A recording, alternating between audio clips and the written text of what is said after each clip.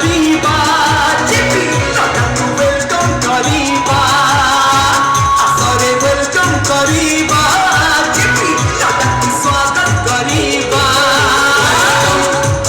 ସ୍ୱାଗତମ୍ welcome କରିବା ଯିବି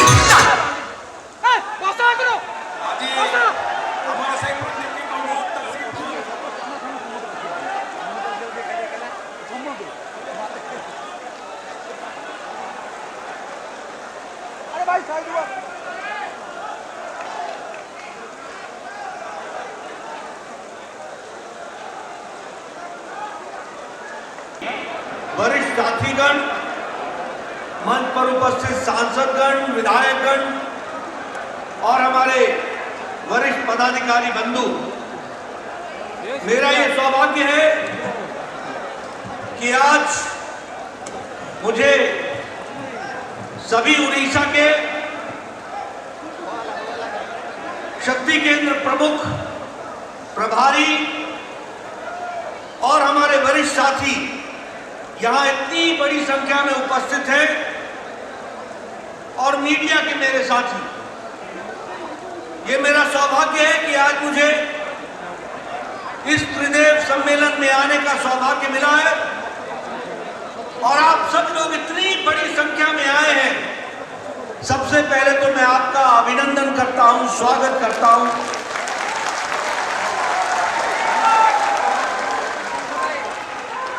ये मेरा सौभाग्य है कि जगन्नाथ जी की नगरी में, जगन्नाथ जी के प्रदेश में मुझे आने का मौका मिला और भुवनेश्वर में जहां लिंगराज इस पवित्र धरती को नमन करते हुए अपनी बात को शुरू करता हूं।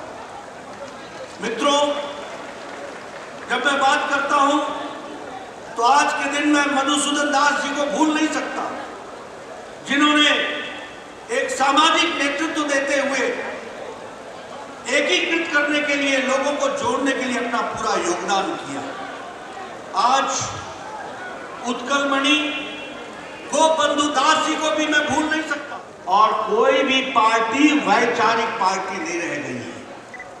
अगर राष्ट्रीय पार्टी है और वैचारिक पार्टी है और दुनिया की सबसे बड़ी पार्टी है तो वो भारतीय जनता पार्टी है। इस बात को याद रखिए। और मित्रों, हमारी पार्टी वैचारिक तारतम्यता एक साथ रख करके चलने वाली पार्टी है। अगर हमारे नेताओं ने 1951 में भारतीय जनसंघ के रूप में कुछ कहा तो 2021 में, 2022 में, 2020 में, 2019 में हम उसी बात को लेकर के चलते रहे और अपना जीवन लगा दिया। 4 पीढ़ियां खप गई लेकिन विचार को नहीं छोड़ा, विचार के साथ चलते रहे। ये भारतीय जनता पार्टी। अगर श्यामा प्रसाद मुखर्जी ने 1953 में अगर 1953 में श्यामा प्रसाद मुखर्जी ने एक देश में 2 विधान, 2 संविधान, 2 प्रधान नहीं चलेंगे, इसके लिए बलिदान दिया, नहीं दिखती थी। सभी क्वारंटाइन में चले गए, आइसोलेशन में चले गए, कोई दिखने को नहीं मिलता था। लेकिन भारतीय जनता पार्टी के लाखों कार्यकर्ताओं ने सेवा ही संगठन में अपनी जान की परवाह बगैर किए हुए लोगों की सेवा में जुटे। लगभग 50 करोड़ फूड पैकेट बांटे हमारे कार्यकर्ता ने। 50 करोड़, लगभग 75 करोड़ मास्क बांटे। आइसोलेशन बेड बनाए गए, ऐसे जर्मन हैंगर लगा करके डॉर्मेट्रीज बनाई गई, आईसीयू बेड्स लगाए गए और व्यवस्था की गई। इसलिए कोरोना के मैनेजमेंट में भी हम लोग अव्वल रहे। मित्रों, आपको फक्र होना चाहिए कि स्मॉल पॉक्स की दवा आने में 27 साल लग गए। इस देश में जापानी इंसेफ्लाइटिस की दवा आने में 100 साल लग गए, 100 साल।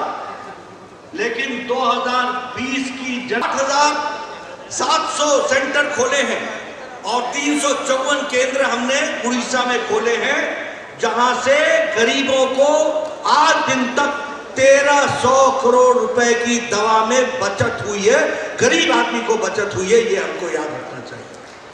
अगर मैं बात करूं प्रधानमंत्री आवास योजना, तो प्रधानमंत्री आवास योजना में देश में हमने 3 करोड़ 70 लाख घर बनाए, तो वहीं 20.5 लाख घर उड़ीसा में लोगों को पक्का मकान देने का काम किया, तो नरेंद्र मोदी जी की सरकार ने किया है।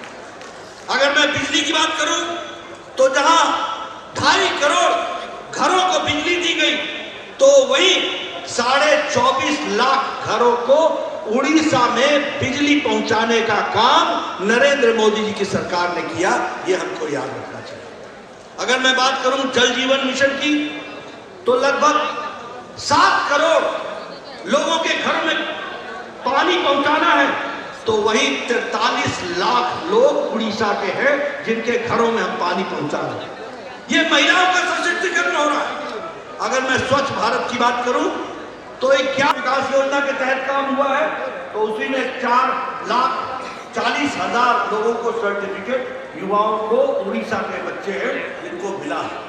अगर मैं किसानों की बात करूं, तो जहां 12 करोड़ किसानों को किसान का कैंपस बन रहा है 200 एकड़ की जमीन पर, और इसका बजट 401 करोड़ रुपए का है। यानी संबलपुर में अब IIM Indian Institute of Management का कैंपस तैयार हो रहा है। उसी तरीके से Indian Institute of Science Education and Research Berhampur में बन रहा है, उसका भी कंस्ट्रक्शन का काम सितंबर में शुरू हुआ है, और उसकी लागत 1,582 करोड़ रुपए है। ये भी हमको ध्यान रखना चाहिए। अगर हम स्किल डेवलपमेंट की बात करें, तो स्किल डेवलपमेंट इंस्टीट्यूट 222 अप्रैल में यह भी इसको भी शुरू किया गया है, और इसमें भी कार्य चल रहा है, इसको भी हमको ध्यान रखना चाहिए। इसलिए मित्रों, हम कह सकते हैं, अभी मैं समीर जी से बात कर रहा था कि उड़ीसा की अस्मिता के बारे में, उड़ीसा के बारे में किसने चिंता की? आप बताइए, भुवनेश्वर में all India institute of medical sciences किसकी सरकार लेके आई थी? अटल जी की सरकार लेकर के आई थी। आप बताइए, IIM मोदी जी ने आपको दिया। आप बताइए, साइंस का इंस्टीट्यूट मोदी जी ने दिया, मेडिकल कॉलेजेस की छड़ी लगा दी, और उसी तरीके से 1,300 किलोमीटर नेशनल हाईवे की सड़क को अपग्रेड किया जा रहा है। उसी तरीके से 9,000 करोड़ रुपए खर्च करके 1,214 किलोमीटर की नई नेशनल हाईवे बन रही है। सॉफ्टवेयर टेक्नोलॉजी पार्क, इसके तहत भी काम चल रहा है। इसलिए मित्रों, एक नए विकास की कहानी आज उड़ीसा दिख रहा है। मैं उड़ीसा की अस्मिता की बात कर रहा था।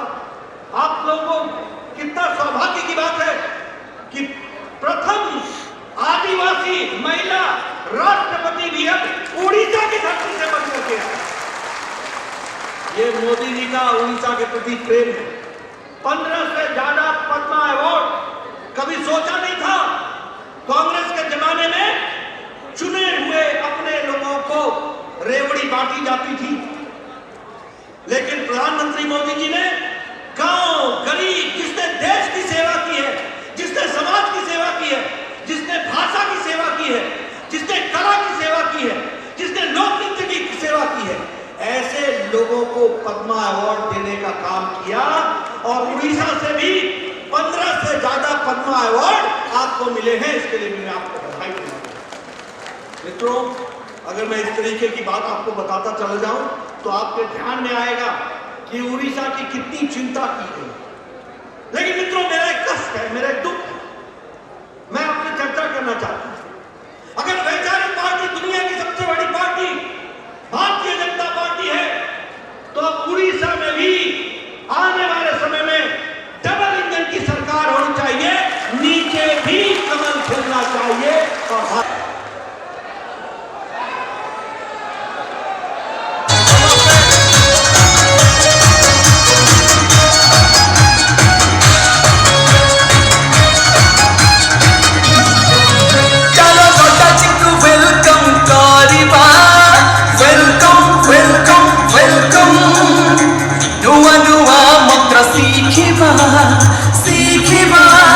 सीखिबा चलो